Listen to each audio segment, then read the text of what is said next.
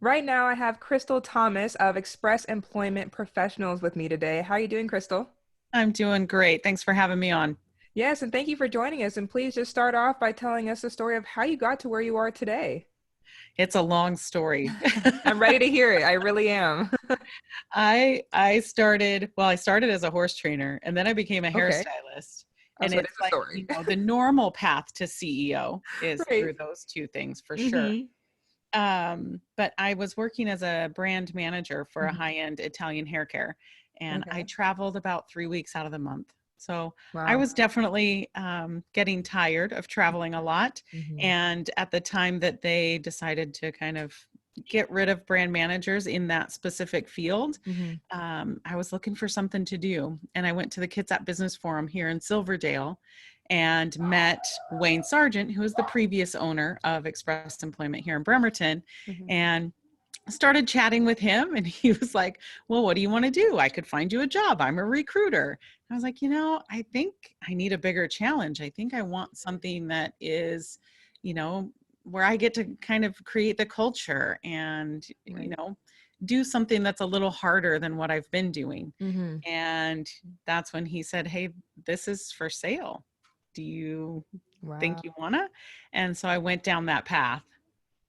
It's been one of the hardest paths of my life, Oh. accumulating in 2020, Hmm. Right. where I just felt like, it's a tough business. Hmm. Uh, Finding people jobs seems like it should be an easier business than it is, but it's very hard to find good quality people, as most business owners who are probably listening know. Right. So I thought I should buy a company that was nothing but trying to find perfect employees Mm. for businesses. So it's been a really, really tough road. I'm not sure if I was standing this person back in 2014 that I still would have made the choice. Hmm. Last year I would have said yes. Right. Um, and This then year has been yeah. And I different, right? finally had clawed myself up to the Mm. level of where I wanted the business to be. And I finally started to feel like I knew what was going on Right. and I had it under control and I had great staff Hmm. and great base of clients, diverse. And then 2020 hit Right. and we dropped 90%. I went all the way back to Wow. numbers that were lower than the day I bought my Oh, business. so pretty much almost from scratch, basically, then for you. Yeah. Wow. So it's really been an adventure. Uh, Yes. but we have come out the other side of that, Good. Good. thankfully. We've clawed our way up to only negative 20% over last year. Um, but it's been a huge learning curve. Hmm. So be careful what you ask for is my lesson in life when I say I want a bigger Oh, so challenge. you definitely got the bigger challenge. Yes, full throttle. Full throttle. But it's such a rewarding business. I mean, I get people jobs for a living, and I find Hmm. businesses great people to Hmm. fill those gaps and up their production. So Hmm. it's very rewarding. Yeah, and so I'm like you said, a lot of our listeners, I'm sure, had some sort of challenge they had to face this year. What would be some of the main things you did just to take care of yourself and stay motivated and still keep in that high performance, even when there's so many odds against you and unforeseen circumstances? I'm definitely, if one word could be used to describe me, it's a survivor. I Okay. don't ever stay down very long, which makes Mm. me well suited to being a small business owner. Right. But during like the kind of toughest part of 2020, Hmm. I found myself overwhelmed. I couldn't think, none of that. And I went back to those basic tools that I learned, which probably goes into that conscious business owner Hmm. mindset of I knew I had to get out of that space. So I Hmm. just started asking myself questions because I know that I can't be in that fight or flight place, that amygdala brain, Right. if I'm asking myself questions. So I started with my favorite one, which is if I wasn't afraid right now, what would I do? Okay. And I had to ask myself that question about 10 Right. times to get out of that space and even be able to Hmm. come up with an answer. And I'll throw things at myself like, um, I'm like, I don't know what I would do. Like, how am I supposed to know what I could do? I'm Like, still actually scared. I don't, this right. hypothesis is not working for me. And so I would say, but if you did know, what would it be? And I Mm. just keep asking myself that until I can get out of that space in my head. And so that's pretty much what I did, was just started asking myself questions. And then I started writing down the answers, not trying to evaluate them, not trying to figure out, is it the right path, or is it even possible? I just threw the answers out there. And then, because I learn best by teaching, I jumped on and did a webinar taking other people through that same process of all the questions that I came up with and asked myself. And we kind of went through it together. Okay. And so like with your industry, not only is it the stress of, you're having your employees and everything, you're trying to get other people employed. Like how's that experience been, where it's like, it's literally, you have two plates, two things to juggle that have stressed humans. Right. Especially during that time. Gosh, Exactly. we had businesses freaking out because their sales were stopped. It was essential business only. So they were closing their doors. And we got the distinct privilege of calling everyone and telling them they didn't have a job right now, and didn't know when they could have a job again, if ever. And so, gosh, compassion is the only thing I can think of that got us through that, is compassion for how are you handling this? I know we're calling a lot of people to lose their jobs today.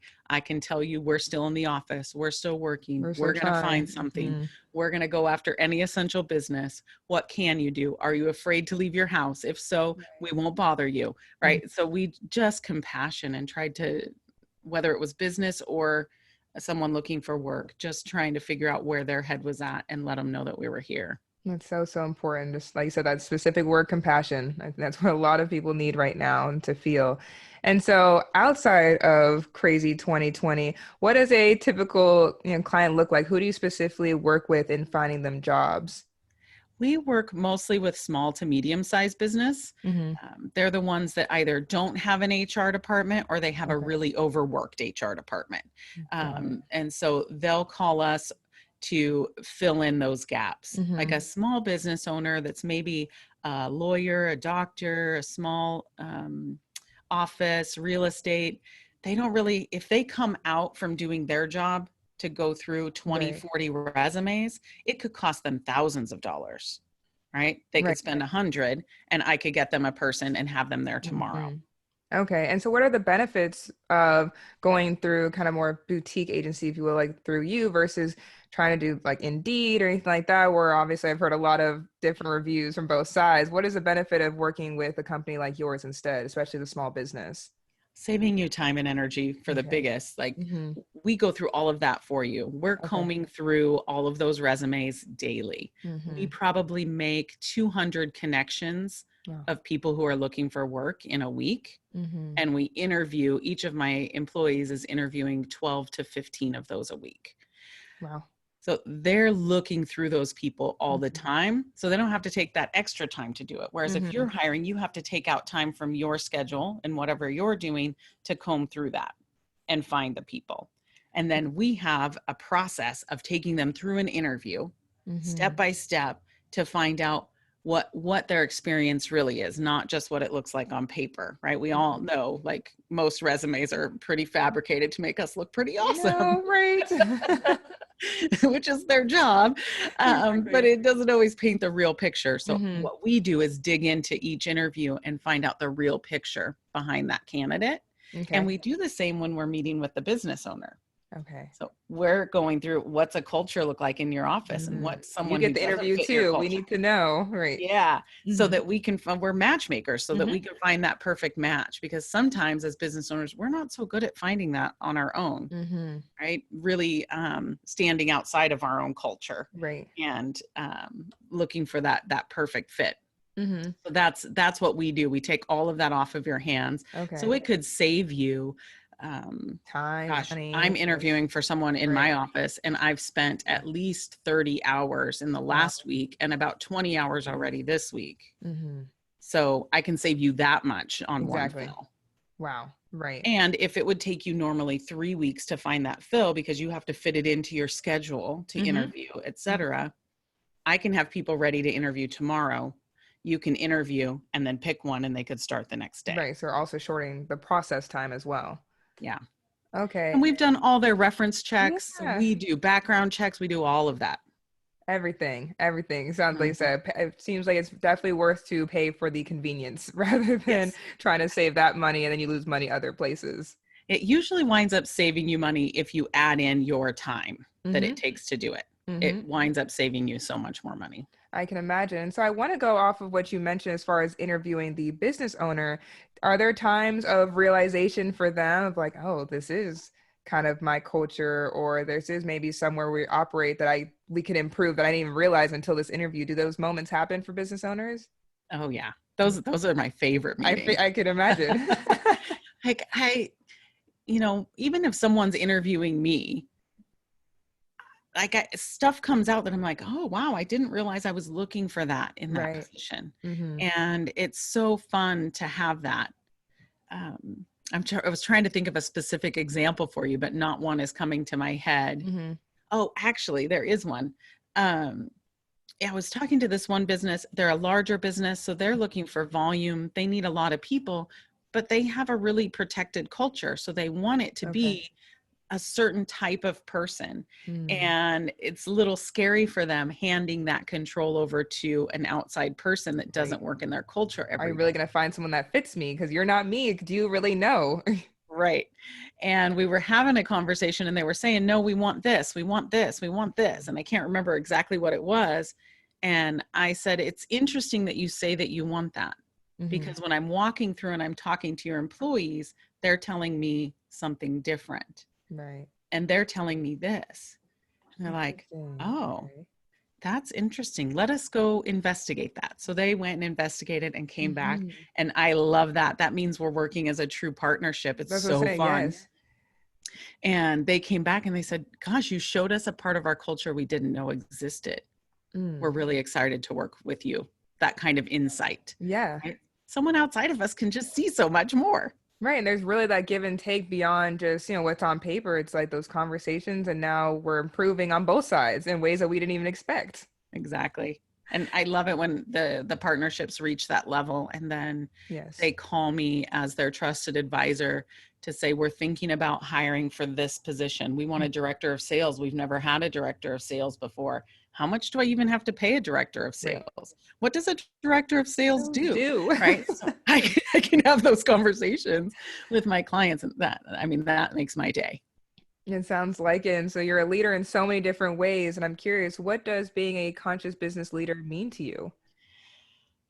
My initial reaction is just always learning and always growing. My personal purpose, and therefore the purpose of my company, is passionately facilitating evolution, which to me means pushing people to be the best version of themselves all the time, which is not static. And I think as a conscious business leader, we can't be static. If 2020 taught us anything, you can't be static. Right. And being conscious is looking at those places where maybe we've gotten too comfortable, we've gotten too static, we're settling for status quo and looking for more, and always pushing ourselves to learn more and be more.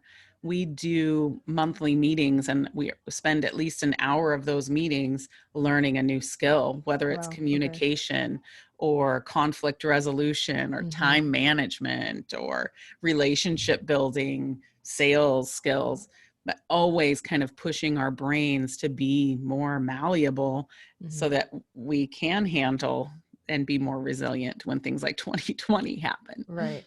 And would you say that's kind of where your mindset is moving forward in the future, just to make sure you constantly, like you said, are learning and not staying stagnant now? Yes. And looking for ways to take out the things that don't matter, the things that don't fit our values, the things that don't fit our company vision.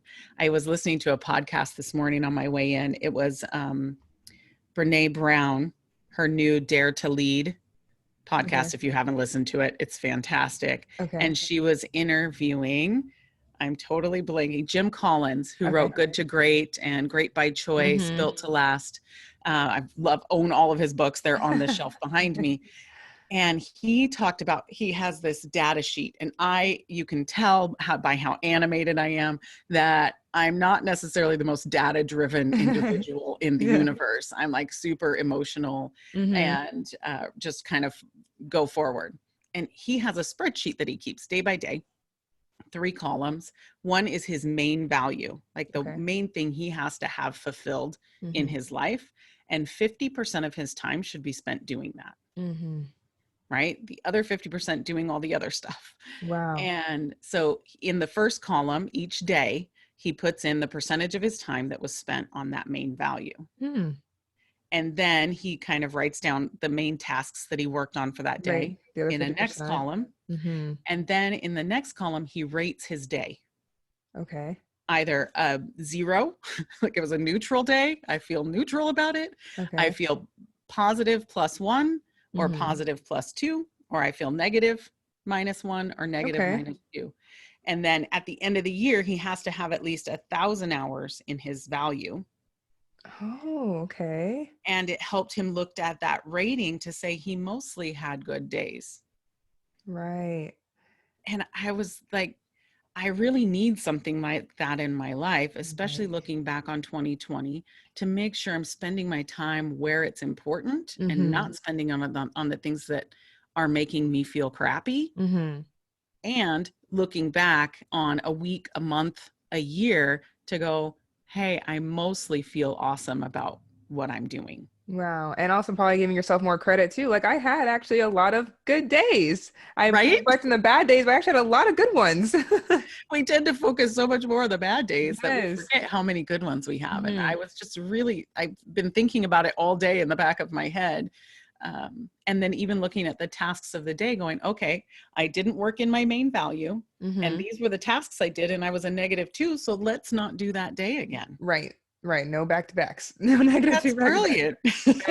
That is. And can you repeat that again for our listeners as far as what podcast that was on? Because it sounds very helpful for a lot Oh, of people. it is. It's Dare to Lead, which is a book by Brene Brown, which is a Okay. fantastic book I recommend. And she just recently started doing a podcast, and Okay. she's interviewing all kinds of leaders. I think, no, that was a different one. But Okay. Jim Collins was the one that I just listened to, where that came from. And Okay. he's the author of Good to Great, Built to Last, and probably 5 other books I have. If I turned Wonderful. around, I could just read off the Right. title. Wonderful. Thank you for that. And so I also see that your company is hiring. Where should people go to apply and get more information on that? Yep, they can come to our website, expresspros.com/Bremerton. Mm. And our application is right online. All of our jobs are listed there. It changes multiple times a day. We move pretty fast in this business. Mhm. So we're trying to fill those jobs as soon as they come in. They can also go to our Express Jobs app and download that on the Apple or the Google Play Store.